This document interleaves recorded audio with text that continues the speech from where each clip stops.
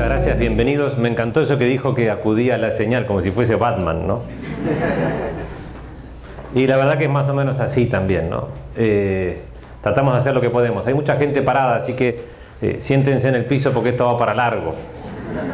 Vamos a hablar en primer lugar y en último lugar del protagonismo de los padres. Veo muchas caras que las he visto ayer, con lo cual eso quiere decir que han tenido conflictos conyugales cuando llegaron a su casa y plantearon todas las ideas innovadoras. Y eso me alegra muchísimo, porque eso quiere decir que por lo menos escucharon, no se durmieron o no estaban tan dormidos como yo creía. ¿Por qué es tan importante el padre? ¿Y por qué es importante hablar del padre?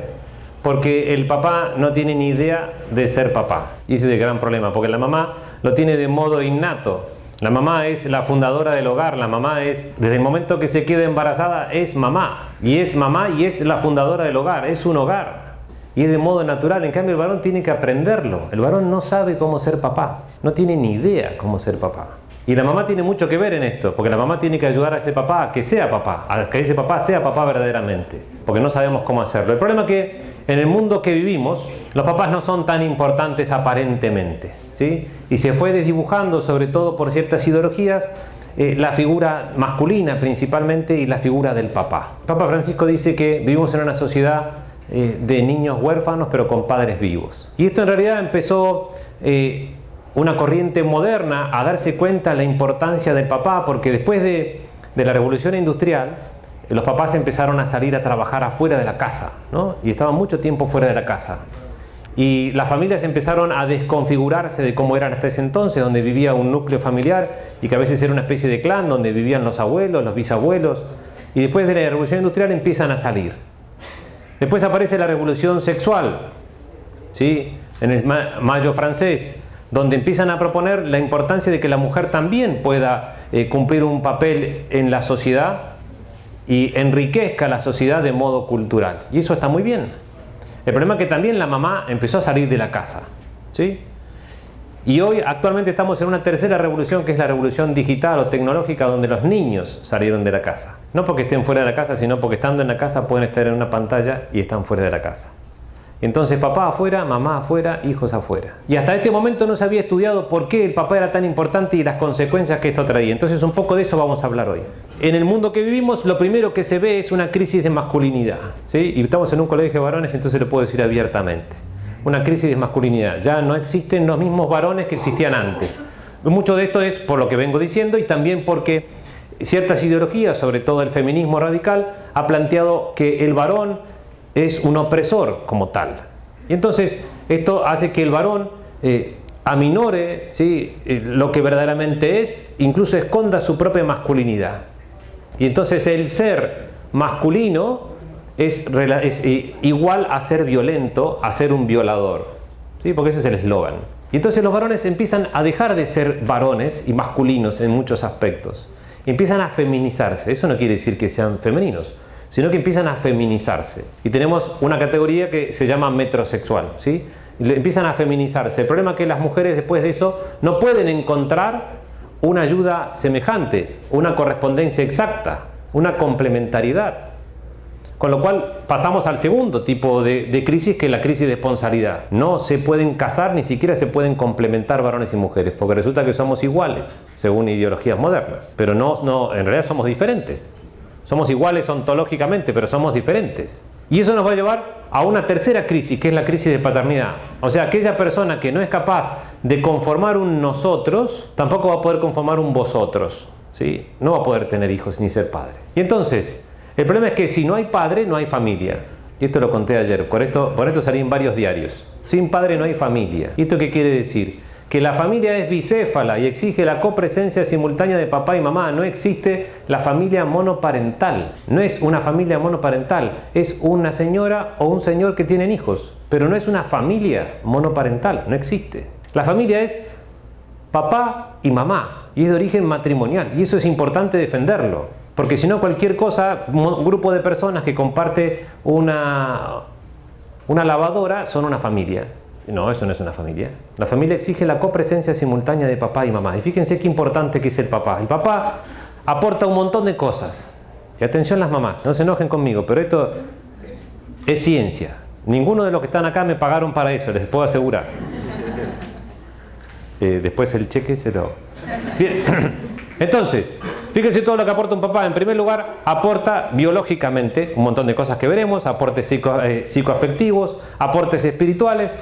Después veremos algunas consecuencias de la ausencia de este papá cuando no está, que por esto se empezó a estudiar los aportes. Y después veremos algunas líneas de acción para poder ser varones verdaderamente y para poder educar la paternidad en nuestros hijos. Porque nuestros hijos tienen que ser educados para ser papás. A nosotros no nos educaron para ser papás, nos dijeron vos tenés que ser un profesional, tenés que trabajar, tenés que hacer esto. Nadie nos dijo que íbamos a ser papás. Y resulta que el hombre también se realiza siendo papá. Es más, se realiza siendo papá. Y esto es innovador, ¿sí?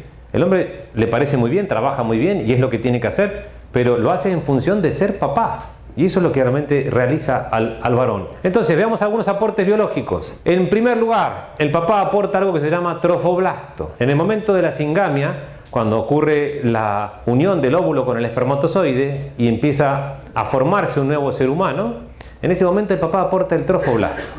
Que el trofoblasto va a conformar la cara fetal de la placenta.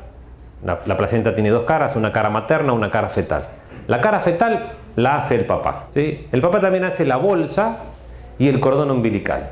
¿Vieron cuando dicen las mamás, el papá hasta ahora no aportó nada, solamente yo soy la que está embarazada? Mentira. El papá aporta esto. ¿Y esto qué es lo que va a hacer? Esto es lo que va a separar a ese hijo de la mamá. Y esta es la función que tiene el papá. El papá tiene esa función que después se va a trasladar a otros órdenes, que es ser sostén, es ser seguridad y es ser separación. El papá, por esta misma función de separación, que después el día de mañana lo va a ejercer correctamente, cuando sea más grande ese niño, va a hacer que ese niño pueda aprender a andar en bicicleta, va a hacer que ese niño pueda salir a la calle, va a hacer que ese niño pueda tener una vida, porque si fuese por la mamá estaría todo el día con su hijito. Y entonces tiene 60 años y ay, mi bebito, mirá qué le pasó. Las mamás son así, porque tienen un amor que es de tipo posesivo. Las mamás aman a sus hijos y necesitan ser necesitadas. Tiene un amor que es distinto, obviamente, al del papá. En cambio, el papá corta y separa. Si no fuese por los papás, nuestros hijos estarían en la casa. De verdad, ¿eh? Y estarán ahí. Y no sabrían hacer absolutamente nada. Tendrían todos los dientes perfectos, ninguna cicatriz. Pero los papás los empujan a que hagan este tipo de cosas. Y esto se hace de modo natural. No tengo que hacer nada. Porque desde el momento de la fecundación, el papá aporta eso. El papá también, desde el punto de vista biológico, aporta el sexo cromosómico. Es el papá el que determina si es varón o es mujer. O sea, ustedes están en este colegio gracias a sus esposos. Si no, estarían en el otro. Porque el sexo este lo aporta el papá sí o sí. El papá es el que aporta la I para que se pueda efectuar tanto la masculinidad y, en el caso de un aporte, la feminidad. El papá va a ser la fuente de autonomía de ese hijo. El papá es el que va a dar la identidad y la cultura. Y esto es importantísimo. ¿Por qué? Porque la mujer tiene un modo, como esto decíamos de este amor posesivo, de que la mamá tiende a cuidar a ese hijo. La mamá no tiende hacia el don, hacia la salida hacia el mundo. En cambio, el papá le da significado a la vida. Así como la mamá funda el hogar, el papá es el que le da significado a ese hogar. Y hace que ese hogar valga la pena. No se me vayan enojando, ¿no? Veo caras enojadas. El papá es el que aporta el nombre y es el que introduce al hijo en el nombre, en el mundo social y en la cultura. En la antigüedad siempre los clanes, salvo algunas sociedades, pero siempre los clanes fueron hechos por los padres y la línea se transmite por los papás. El papá es el que aporta el nombre de ese hijo. Hay un poeta que se llama Leopoldo Marechal que dice: el nombre está sujeto a un destino.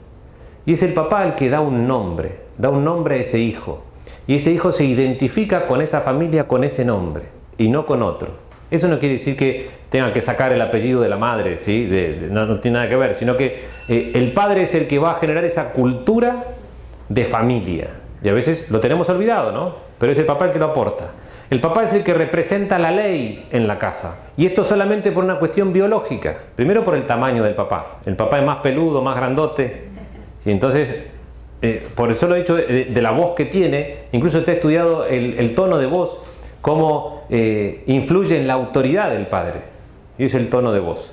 El papá es el que representa la ley, el papá es el que pone las funciones normativas en la casa, o debería hacerlo, pero de modo natural, de modo biológico también lo hace. Y entonces el papá va a favorecer al autocontrol de los hijos. Y esto es importantísimo porque después veremos en los efectos nocivos cuando el padre no está presente, que aquellos niños que crecieron sin un papá, sobre todo a partir de los 8 años, no pueden autodominarse, no pueden controlarse. Y entonces son más propensos a la violencia y a cualquier tipo de adicciones. El papá separa lo imaginario de lo real, y esto es importantísimo. Separa lo imaginario de lo real. El papá es mucho más objetivo. Y entonces cuando ese chiquito tiene miedo y va a la noche a la cama de mamá y le dice, mamá, tengo miedo, hay un monstruo. Y el papá le dice, mira, ¿sabes qué? No hay ningún monstruo. Volá de acá, anda a la cama. En cambio la mamá, ay, pobrecito, vení a acostarte conmigo. En cambio el papá separa lo imaginario de lo real y dice, mira, ¿sabes qué? Esto no existe. Acá no hay ningún monstruo. ¿Sí? Anda a la cama, o si no vas a ver un monstruo de verdad. El papá es el que separa el imaginario real y esto hace que pueda hacer que el niño pueda entenderse cómo es y conocerse a sí mismo. Es decir, el niño se conoce a sí mismo por los ojos de su papá. Y esto lo vamos a repetir en los aportes psicoafectivos y también en los efectos nocivos. El hijo se conoce a sí mismo por los ojos de su papá. Si su mamá le dice, qué bueno que sos para tal cosa, al hijo no le importa nada. Al hijo y a la hija, ¿no? No les importa absolutamente nada. En cambio, cuando el papá le dice, vos sos muy bueno para tal cosa, el hijo dice, entonces yo soy bueno para esto. ¿Y por qué? Porque el papá es mucho más objetivo, la mamá siempre le va a decir, por más que esté preso ese asesino serial, le va a decir, ay, qué bueno que sos, hijo mío. No te preocupes, nada mataste tanto, solamente un poquito. Y entonces ese hijo se va a sentir amado por su madre, pero es un amor que es distinto. En cambio el padre es objetivo, dice, mira, ¿sabes qué? Lo que acaba de hacer está mal. O cuando le dice, vos no servís para nada, vos sos un inútil, vos sos muy desordenado. Eso también va generando su conformación y su patrimonio vital. El padre es el que va a asegurar el futuro, va a proveer y prever. Y en esto, biológicamente, el padre provee. ¿Qué provee? Provee un espermatozoide y en cierto modo es proveer, o sea, es llevar hacia un lado, pero también el padre por esa misma capacidad masculina de pensar a largo plazo que tiene, por su propia estructura cerebral, piensa a largo plazo, hace que pueda prever algunas cosas y prevé su familia y la conducción de su familia a largo plazo. Eso no quiere decir que la mamá no pueda pensar a largo plazo, ¿no? Pero el papá es el que está pensando en que cuando mi hijo tenga 16 nos vamos a ir de vacaciones a... Y la mamá piensa en cosas más concretas, entonces dice, mira, ¿sabes qué? Tiene 2 años recién, o sea, esperemos un poco. Anda a comprar pañales y volvé. Y el papá está pensando en cosas a largo plazo, ¿no? Entonces, a nivel biológico, el padre es sostén y seguridad, el padre da el sexo cromosómico, el padre es fuente de autonomía, es el que da el lenguaje, la pertenencia, las normas, las leyes morales, el autodominio. El papá es el que separa el imaginario del real, asegura el futuro y conduce. Aportes psicoafectivos. En primer lugar, el papá es el que da el autoestima inicial. Y esto por lo que decíamos anteriormente.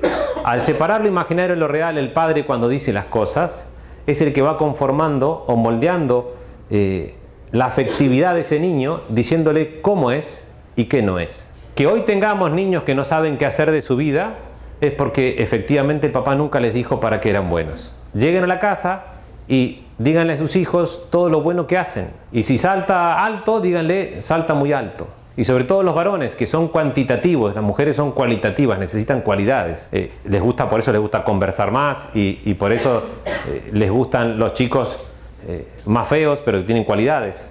Y los varones eso no lo pueden entender porque los varones son cuantitativos. O sea, es quien salta más alto, quien tiene más fuerza, ¿sí? Entonces los papás también tienen que valorar esa virtud masculina, ¿no? Y decirle que salta muy alto, que es el que más alto salta, sin mentirle, sin exagerar. Y felicitarlo por aquellas cosas en las que es bueno. Porque eso va a ir formando su autoestima inicial. Y de ese modo ese niño va a ganar confianza en sí mismo. Y vamos a tener niños que sean seguros. O sea, la mamá no colabora en nada que ese niño sea seguro. ¿Vieron cuando tenemos niños inseguros? Es porque hay demasiada mamá y poco papá. Hay muchas mamás que ya están agarrando su cartera, ¿no? Se están yendo. Entonces, el papá es el que va a efectivamente, obviamente que esto es papá y mamá, ¿no? Lógicamente, pero el papá tiene una influencia importantísima y esto es una función, no es un rol. La función paterna es una función. porque lo que está relacionado al imperativo procreativo, o sea, el ser papá, no es un rol, porque el rol se puede intercambiar, y el padre no se puede intercambiar. El padre es padre o no es nada. El padre también, por eso que era el que proponía las leyes o el que mantenía la ley en la casa, es el que va a ayudar a que exista, en cierto modo, un respeto por la autoridad. Y entonces hoy tenemos sociedades violentas, sociedades que no respetan absolutamente nada porque no tenemos padres. O sea, por más que pongamos más policías y saquemos el ejército a la calle, si no hay papás, la cosa no se arregla. Entonces, por más que ustedes digan, no, ya vendrá algún presidente que... No, lo que hay que hacer es que cada uno en su casa haga lo que tiene que hacer. Y de ese modo tenemos sociedades que sean fuertes. O sea, y eso lo hace el papá. Porque a la mamá le cuesta esa parte, ¿no? Le cuesta un poco más esa parte. El papá, así como biológicamente era el que daba el sexo cromosómico, en el desarrollo madurativo de la persona, también va a ayudar a que ese padre, a que ese niño pueda identificarse con lo que es, o sea, colabora en la identificación sexual de ese hijo. Esto ocurre en dos momentos de la vida, cerca de los 3 años más o menos y cerca de los 12 años aproximadamente, donde el niño, sobre todo el varón, es importantísimo que ingrese el papá, pero en la mujer también, pero en el varón es importantísimo, en el hijo varón. El papá es el que tiene que separar a la madre, ¿se acuerdan que decíamos que tiene que separarlo? No solamente para que ande en bicicleta, sino para poder identificarse con lo que es, desidentificarse de la madre, y volver a identificarse con la madre en el caso de la mujer, y en el caso del varón, desidentificarse de la madre e identificarse con él. El niño aprende a ser varón por medio de su papá. Y una de las causas que existen de la homosexualidad, sobre todo hay mucha más cantidad de homosexualidad masculina, es causada justamente por esto. Y digo que es una de las causas, no porque esto es multicausal. Pero una de las causas más frecuentes, según Polaino Lorente y Nicolosi, es el padre que no logra diferenciarlo al hijo o separarlo de la madre. Y esto se da por muchas causas. O sea, estos son cuestiones que son multicausales. De todas maneras, el papá es importantísimo en este momento de identificación. Y a veces la contrapartida es la sobreprotección femenina, la sobreprotección de la mamá. Y el papá que no es capaz de desidentificarlo. El papá es el que va a dar la competencia social a ese hijo. Siempre decimos que el hijo aprende a amar, porque también la mamá da la nutrición afectiva, pero el hijo necesita la competencia social de su papá. Es el que aprende a relacionarse con el mundo exterior y con los demás por medio de su papá, viéndole a su papá cómo se relaciona con los demás. El papá también es el que va a ser el modelo de trabajo de ese hijo. Y el hijo va a aprender a ver lo que es el sacrificio y lo que es la entrega por medio de la entrega y el sacrificio de su papá en el trabajo. Por más que sea el trabajo que sea, ¿no? Lo que tiene que ver es a su papá trabajar.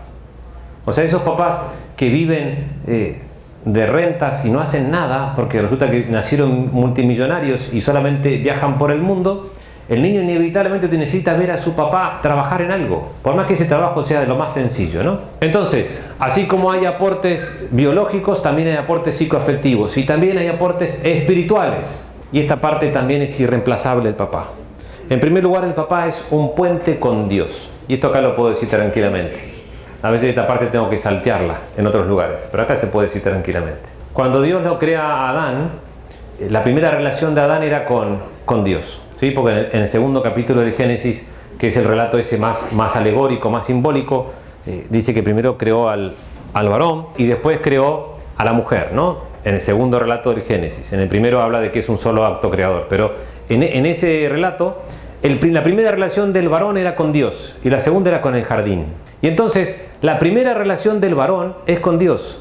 Lo que pasa es que después del pecado original el varón tiene dos penas. La primera es la impiedad, ¿sí? Al varón le cuesta más rezar, le cuesta más estar con Dios, le cuesta más unirse a Dios. Y la segunda es en la carne, o sea, lo que es el trabajo, en las cosas que son más sensibles, como por ejemplo tiene más pereza, lujuria, más propenso a ese tipo de cosas más carnales. En cambio la mujer es mucho más espiritual en este sentido, y las penas del pecado original también son más espirituales. Entonces la mujer, como pena del pecado original, va a tener la tendencia al orgullo, o sea, a no querer estar sometida. Esta palabra sometida que aparece en Efesios 5, parezca un pastor protestante, ¿no? Ahora que veo. San Pablo habla de que tiene que estar sometida, que tiene que estar sujeta, y en realidad sujeta es La traducción correcta es correspondencia. Tiene que haber correspondencia. Así como la mano derecha con la mano izquierda, ¿no? Tiene que haber correspondencia. Y entonces la mujer tiende a eso, en primero y principal al orgullo, y en segundo lugar tiende a la confusión de sus amores. Y entonces primero va a priorizar a sus hijos antes que a su esposo. Entonces se incendia la casa y la esposa sale corriendo con sus hijos. A la semana le manda un WhatsApp y dice: gordo, ¿estás bien? Ya le habían llamado a reconocer el cuerpo, todo, pero ella se acordó a la semana porque primero son sus hijos. ¿Sí? Primero son sus hijos. Y esa es la confusión de sus amores. Prioriza eso. Pero eso es una pena del pecado original. Al principio no era así. Al principio el varón estaba unido a Dios y se ocupaba del jardín. Y su esposa amaba a su esposo y en función de eso a sus hijos. El problema es que el varón tiene esta función de modo natural. Tiende a Dios, y cuando el hombre tiende a Dios, la cosa se ordena. Y entonces el varón es sacerdote de su casa, sacerdote y víctima de su casa. Un padre arrodillado educa muchísimo más que 25 años de catequesis. Un padre que le habla de Dios a sus hijos es el que hace que ingrese la gracia a esa casa. El padre es el puente con Dios, es el que lleva todas sus necesidades a Dios y se las plantea. Y es más, Dios es el ejemplo de paternidad que tiene que tener. Y tanto es así que en las sociedades ateas hay ausencia de papás. Porque por transferencia de afectos, el niño aprende a amar a Dios si ama a su papá. ¿Escucharon eso, no? Así como papá sea, ese niño va a decir, cuando después le digan, no, porque Dios Padre, no sé qué cosa, lo primero que se le viene a la cabeza es, Dios Padre, no, yo no quiero tener un Dios Padre así. Porque lo único que conoce es eso, por transferencia de afectos. Entonces, el papá es el que tiene que ser ese puente con Dios y es el que va a comunicar la vida de la gracia adentro de su hogar. Y esta es la principal función que tiene un papá. Y una mamá no puede reemplazarlo. Y usted dice, bueno, pero la mamá reza mucho más. Y sí, porque a la mamá no le cuesta. Porque no es una pena del pecado original, por eso en misa hay más viejas que viejos. ¿Y por qué? Porque a las viejas no les cuesta. Pero si vamos a preguntar cuántas viejas van a salvar a sus maridos antes que sus hijos, ¡ay, te quiero ver!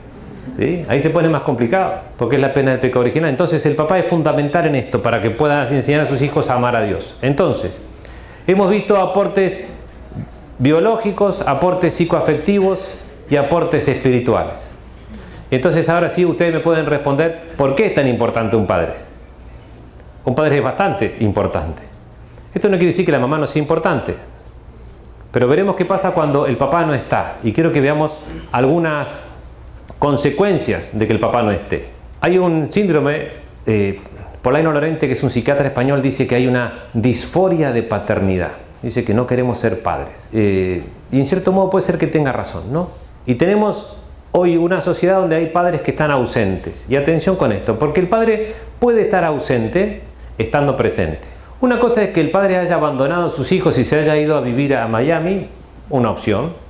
La otra es que el padre haya muerto. En ese caso es distinto porque el padre sigue estando presente en la memoria de sus hijos, incluso en la memoria de la viuda, si es que la viuda más o menos lo quería, ¿sí? Entonces lo va a traer a colación y va a decir, bueno, sí, tu papá decía tal cosa, decía tal otra. Pero otra que también puede pasar es que el papá esté en la casa todos los días y que sea inaccesible afectivamente, o que sea una huella fantasmal, sea un señor que entra, sale, se va a jugar al golf, vuelve, se va a jugar al tenis, pasa, trabaja, y el hijo nunca jamás tiene contacto verdadero e íntimo con su papá.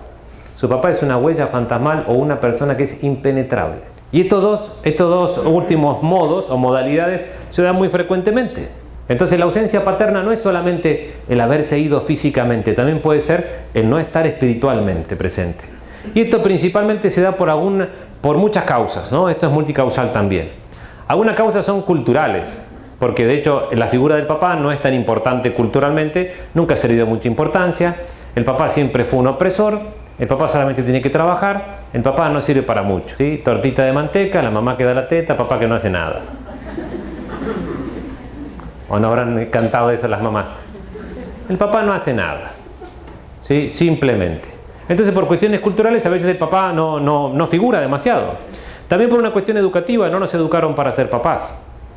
También por causas que son ideológicas, ¿sí? Y acá principalmente entra el feminismo radical, planteando esto de que el papá no es tan importante o que el varón es un opresor y hay que sacarlo de la ecuación, ¿no?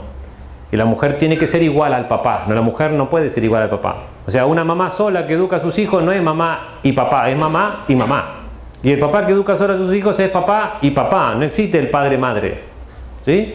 Entonces, también puede ser por ignorancia, porque no sabíamos que esto era tan importante. Y también puede ser por otras causas diabólicas, lógicamente, en este ámbito se puede decir, porque si el maligno sabe efectivamente que el papá es el que hace que sus hijos amen a Dios, no le conviene que el papá entre en la ecuación. Entonces, cuanto más lo saquemos de este juego, mejor. Y también, por cuestiones culturales, podemos ver la imagen que se nos vende del papá. Fíjense, solamente en series, solamente en dibujitos animados, la figura de los papás. Piensen en cualquiera, la que ustedes quieran. El papá siempre es un tipo que no es muy despierto. Y si no es muy despierto, tampoco es muy comprometido. Entonces el papá, al final, no aporta demasiado. Y el tema es que si no hay padre, no hay familia. ¿Y qué pasa cuando el papá no está?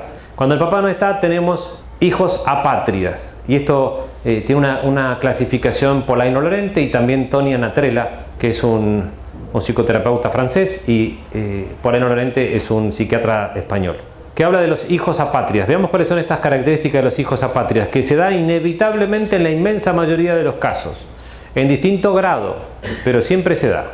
La primera cualidad que tienen estos hijos que crecen sin un padre es la deprivación cognitiva. ¿Por qué? Como el hijo se conoce a sí mismo por los ojos de su papá, si ese hijo no sabe cómo es, tiene una deprivación cognitiva, no se puede conocer a sí mismo.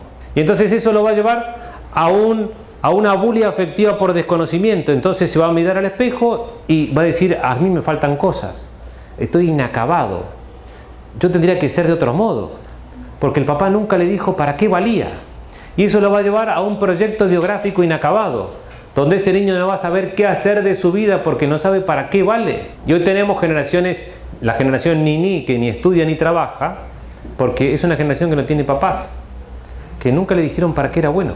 No es que tiene que ir a hacer un test vocacional. No, ¿qué test vocacional? Lo que necesita es un papá que le diga para qué es bueno. Y eso obviamente se va a manifestar en una disminuida autoestima. ¿Se acuerdan que el papá era el que daba la autoestima inicial?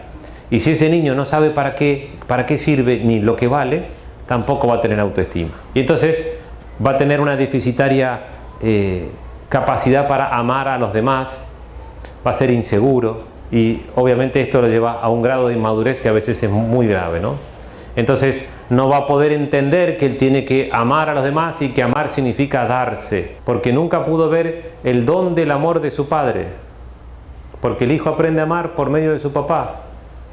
Porque la mamá lo va a amar sí o sí. De hecho, se dieron cuenta que no hay ningún mandamiento que diga amarás a tus hijos. Porque la mamá ama naturalmente a su hijo. El papá tiene que aprender ese amor. Pero una vez que el papá ama a ese hijo, el hijo aprende a amar. Y entonces si no tiene a ese papá, no va a poder aprender a amar. Y esto lo va a llevar, en otros casos, a un egoísmo insolidario, donde ese niño va a pensar solamente en sí mismo y se queda algo de tiempo en sí mismo y después en sí mismo. Y son esos que llaman a las 3 de la mañana para pedir algo, ¿sí? ¿No tendrías un cosito de... Son las 3 de la mañana. Ah, sí, discúlpame. ¿Sí? Personas que viven encerradas en sí mismos y solamente se ocupan de ellos. En los casos más graves, puede llevar a la neurosis del niño eterno. La neurosis del niño eterno tiene manifestaciones psicosomáticas, pero principalmente se caracteriza por ser un niño malcriado, con berrinches, ¿sí? Como un chiquito de 4 años que empieza a hacer berrinches y a decir que no, pero con 40, con 50 años. ¿Sí? Son niños inmaduros, que no están acabados, no están finalizados. Son personas que les falta una parte, que les falta saber lo que valen. El criarse sin un padre también nos acerca más a las adicciones y a la violencia. La violencia está más relacionada con la ausencia paterna que con la raza o la pobreza. El 80% de los presos en Estados Unidos crecieron sin un papá. El 50% de los toxicómanos en Italia o en Francia crecieron sin un papá. Pero en Estados Unidos se calcula que los niños negros que nacen en familias negras tienen casi el 80% de probabilidades de crecer sin un papá. Es decir, van a terminar presos, básicamente. Y en los de raza blanca tienen el 70%, o sea que tampoco tienen tanta diferencia, ¿no? El papá dejó de figurar, ¿no? Y aquellos niños que crecen sin un padre también tienden a la burla sádica. Porque al no conocer el autocontrol y no saber su autoestima sana, lo que tienen, lo que valen, no se ocupan tampoco de hacerle bien a los demás. Y a veces se burlan de los demás, maltratándolos. Entonces, ¿queremos erradicar el bullying? Bueno, hay que hacer que el papá empiece a trabajar en casa. Entonces, el crecer sin un padre no es gratis, ¿sí? Trae muchísimas consecuencias. Y son todas estas. Y la pregunta típica que ya adelanto: ¿qué pasa si yo no tengo papá? Dos cosas. En primer lugar, si yo crecí sin un papá, todos los que están acá sentados y crecieron sin un papá, pueden no repetir el modelo. O sea, nadie está condenado a repetir el modelo educativo en su casa. Con lo cual puede tranquilamente romper ese modelo y empezar de vuelta. Y en segundo lugar, aquellos que crecieron sin un papá o que están creciendo sin un papá, buscan de modo inconsciente una figura de papá vicario. Es decir, un representante de papá. Entonces van a buscar un buen maestro, van a buscar un padrino, un abuelo, un tío. Y también ustedes que están sentados acá pueden ser padres vicarios de otros y ayudarlo a que ese niño pueda desplegar su potencialidad. Entonces decirle lo que vale. Y para eso las mamás, que son mucho más estratégicas en esto, para no decir que son mucho más despiertas que los varones, porque no va a sonar muy bien, pero las mamás tienen que fijarse cuando ese hijo empieza a tener cierta afinidad con algún varón, decirle, bueno, hablar con ese varón y decirle, mira, mi hijo tiene afinidad con vos, ¿qué te parece si le invitas a algún lado? ¿Qué te parece si le decís, lo escuchás, le decís lo bueno que es? Y esa es la solución. De hecho, normalmente uno busca de esto instintivamente cuando no tiene padres. Entonces, por eso no es que vemos todas estas consecuencias en una sola persona, ¿no? Y entonces, ¿qué es lo que tenemos que hacer? En primer lugar, entender que el padre es único. O sea, no hay otro papá. El papá es único. Y ustedes que están acá son únicos. Y sus hijos tienen un solo papá y son únicos. Y es su papá, sea como sea. Calvo, barbudo, panzón, como quieran. Pero ese es el papá que tienen. Es el único que tienen. El papá, en segundo lugar, no es una segunda madre. El papá cambia pañales como papá. Entonces las mamás no pretendan que les cante cancioncitas cuando está cambiando el pañal, porque lo hace como papá. Y que lo hace mal. No, lo hace como papá. Cambia a los hijos como papá. Peina a sus hijas como papá. O sea, pésimo, ¿sí? Pero porque no hay forma. Entonces, hay cosas que no podemos hacer o las hacemos como varones. Entonces, así sale. Y la mamá tiene que reconocer que lo hace como papá. Y que el papá aporta otro montón de cosas. Y que eso lo hace como papá. Pero es importante también que lo haga. No es una segunda mamá, ¿sí? Y eso es importante entenderlo. El padre es fuente de firmeza para el hijo. Es el que va a hacer que ese hijo sea verdaderamente recio. Y que sea capaz de sobreponerse a cualquier fracaso. El papá es la fuente de firmeza de cada hijo. Y esto en los hijos varones es importantísimo. Pero en las hijas mujeres también. El papá es el que tiene que hacer firme a los hijos. El papá es un padre, no es un amigo. Y esto también es importante entenderlo. A veces creemos que el papá tiene que ser amigote de los hijos. Pero resulta que la relación que tiene que tener un padre con su hijo es asimétrica. Porque el hijo necesita tener una referencia. Esa referencia es el papá, que supuestamente sabe todo. Y entonces, si no tengo esa referencia y somos todos amiguitos y todos adolescentes, entonces la mamá sale a bailar con su hija y el papá con sus hijos, no queda ningún tipo de referencia. El papá no puede ser amigo de sus hijos. Hay una cierta amistad, lógicamente, de padre e hijo, pero no somos iguales. El papá es papá, el hijo es hijo. El papá es padre, el padre es puente y guía. ¿En qué sentido? Que el papá es el que tiene que mostrar el camino a donde tiene que ir ese hijo.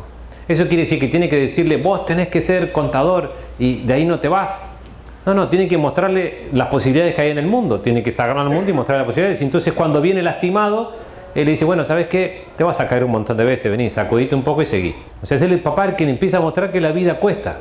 Y que la vida cuesta y que él tiene mucho para dar en esta vida. Entonces lo empuja a que pueda desarrollar su proyecto vital. El padre es el guía que tiene estos hijos. Aquí entramos en el último capítulo. Lo primero que tenemos que hacer es que nuestros hijos sean buenos hijos, para que el día de mañana sean buenos padres. Es decir, la mitad de la educación de la paternidad es educarlos para que sean buenos hijos y que sean masculinamente hijos. Pero para eso tienen que tener un padre que sea coherentemente padre.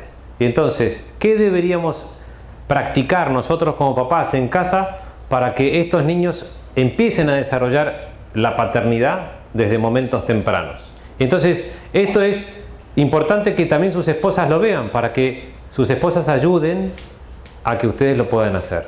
Que entiendan el valor que tiene el papá, que entiendan que esto no le sale solo, tiene que practicarlo, y para eso tiene que practicar ciertas virtudes o ciertas competencias o habilidades. En primer lugar, el papá tiene que ser coherente, tiene que decir, tiene que pensar lo mismo y tiene que hacer lo que tiene que hacer, pero según lo que piensa y lo que dice. Lo peor que le puede pasar a un hijo es que su papá diga una cosa y haga otra. Es decir, encontrarlo haciendo cosas que no tiene que hacer. El papá tiene que ser coherente. Entonces, si yo le estoy diciendo que tiene que ser honesto, yo tengo que ser honesto. Y eso es lo primero que tiene que tener un papá. En segundo lugar, alegrarse de ser la persona que se es. Muchos papás se miran al espejo y dicen, ¿cómo me gustaría estar con mis amigos tomando cerveza y tengo que estar acá con estos, con vos, que no tomás cerveza? El hijo tomando whisky, ¿sí? El tema es ese, ¿sí? Que a veces no nos alegramos de lo que somos y queremos ser otra cosa. Pero el problema es que no nos vamos a realizar en el sentido estricto de la palabra, más que en la paternidad. Porque la persona no se consuma a sí misma más que en la entrega sincera de sí a otro. Y eso en la paternidad es la entrega máxima. Alegrarse de lo que se es. Yo soy así, soy un papá de este niño que está llorando todo el día. Lo lamento, tengo que alegrarme de eso.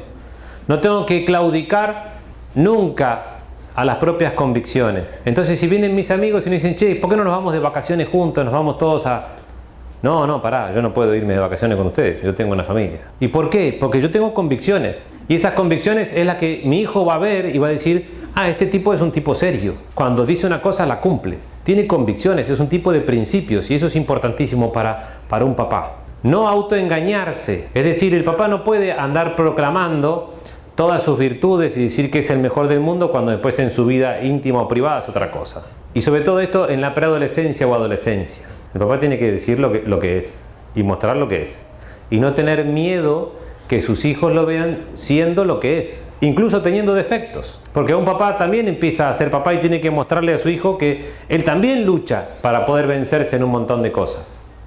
No soy perfecto, pero estoy luchando. Y el hijo tiene que ver eso, pero no puedo engañarme, no puedo autoengañarme. El papá no tiene que tener miedo a los conflictos, y esto es importante, es una cualidad propia de la masculinidad. No tiene que tener miedo a tener conflictos. Los niños que crecen sin un papá, o un papá que no es capaz de superar los conflictos, son niños inseguros y que no tienen tolerancia al fracaso. Cualquier cosa que les pasa, se apichonan y dicen, no, yo no voy a poder, no sé si voy a poder. Porque tienen en su casa un modelo de papá que no es capaz de superar algún tipo de dificultad. El papá también tiene que esforzarse para superar el miedo al sufrimiento. Los papás del universo entero, por el solo hecho de ser varones, tienen terror de sufrir. De hecho, yo les pregunto a todas las mamás acá presentes, ¿qué prefieren? ¿Estar enfermas ustedes o tener a su esposo enfermo? Ustedes son capaces de decir, cortame la pierna con un serrucho, sin anestesia, pero no quiero tener a mi esposo con un resfrío en mi casa porque es insoportable. Circula por la casa.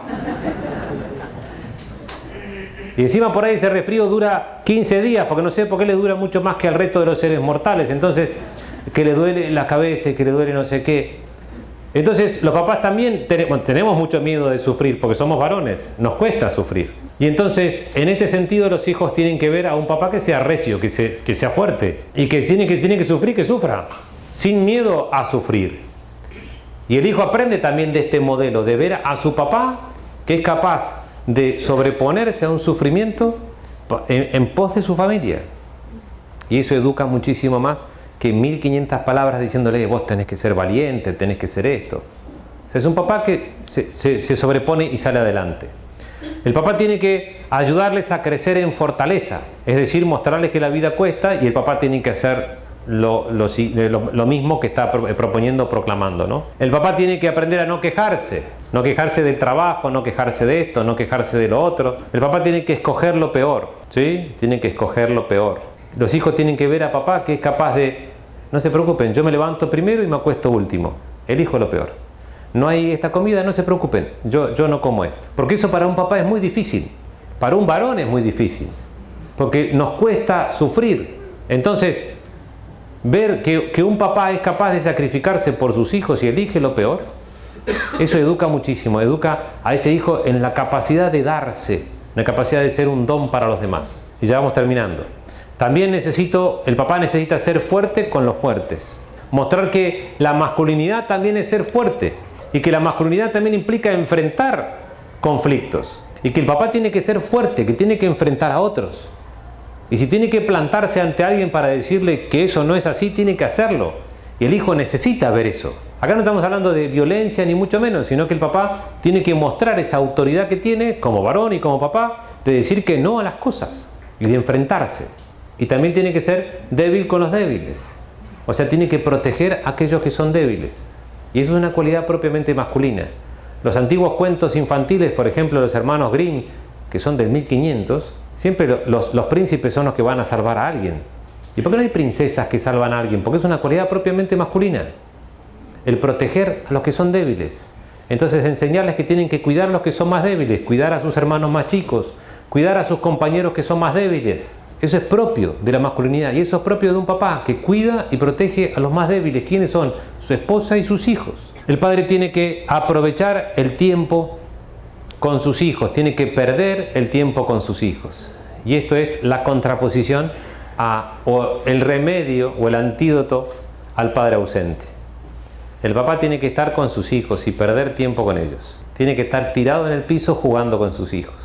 Debería llegar a tener en su casa un uniforme para ponerse, para revolcarse en el piso con sus hijos. Entre las cosas que reducen el nivel de cortisol en la persona está el escuchar el canto de los pájaros, escuchar agua por 6 minutos y jugar con niños. Entonces, papás estresados, me voy a jugar al golf. Papá estresado que se eche en el piso a jugar con sus hijos. 6 minutos necesita. A ver, no estoy diciendo que no tienen que jugar al golf, ¿no? Ni tampoco no tienen que jugar al tenis ni jugar a nada, porque también es importante, pero es mucho más importante, o sea, tiene mucho más importancia y tiene valor eterno un hijo.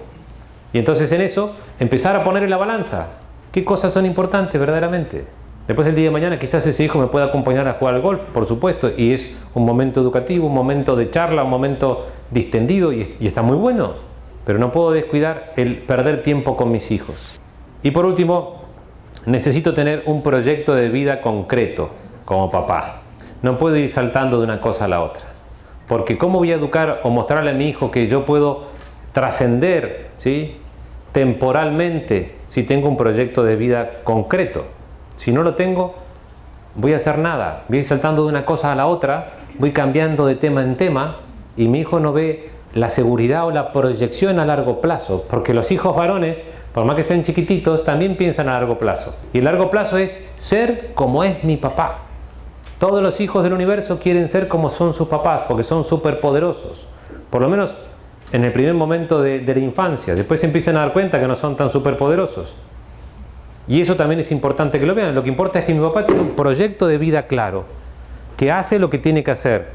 Un papá aporta, y aporta muchísimo. Aporta a nivel biológico, a nivel psicoafectivo, a nivel espiritual.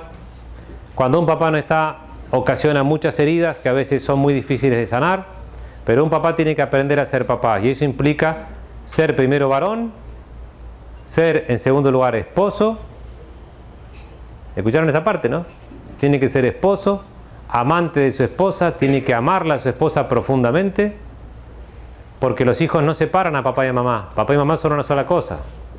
Entonces tiene que amar profundamente y así va a ver que el amor entre un varón y una mujer es la cosa más normal y más sana del universo. Y mi papá ama y cuida y respeta a mi mamá. O sea, tiene que ser bien masculino para poder ser buen esposo y de ese modo va a poder algún día ser buen padre. Muchas gracias.